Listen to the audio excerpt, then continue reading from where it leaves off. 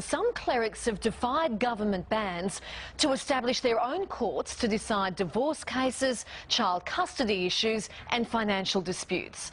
Brian Seymour reports that's just the start, as Muslim leaders call for traditional Islamic law to be fully adopted in Australia. What do you think of Sharia law? Of course, Sharia law good. In terms of what? Physical? Or Hitting you. He has hit me in the past, yes. He has hit me. He has hit me once. Once only? Yeah. Only once? So Once. it means it's not a very serious matter. Do you follow Sharia law? Yes. Is Sharia law number one or is Australian law number one? Which comes first? Sharia law. Sharia law comes first. All right, thank you. Allah is God, is God, is God. He swears that he doesn't mean divorce. So if he swears that he doesn't mean divorce, so it is not a divorce. Which one comes first? For me as a Muslim, Sharia law comes first.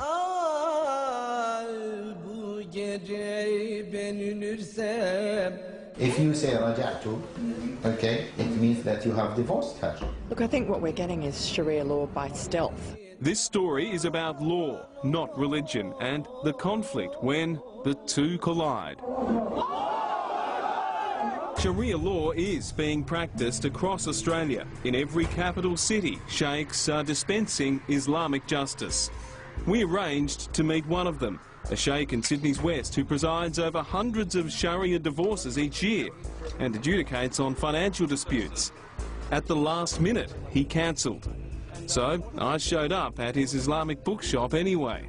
This is Islamic State become, if you want to hear it in this way.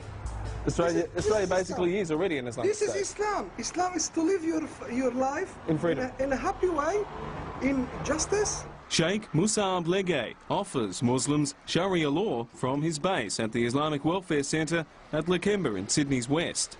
When you have many women that are having their babies out of the marriage, some people, they would say, we need something to find solutions. It's terribly disempowering of women and very destructive of our social fabric for that reason.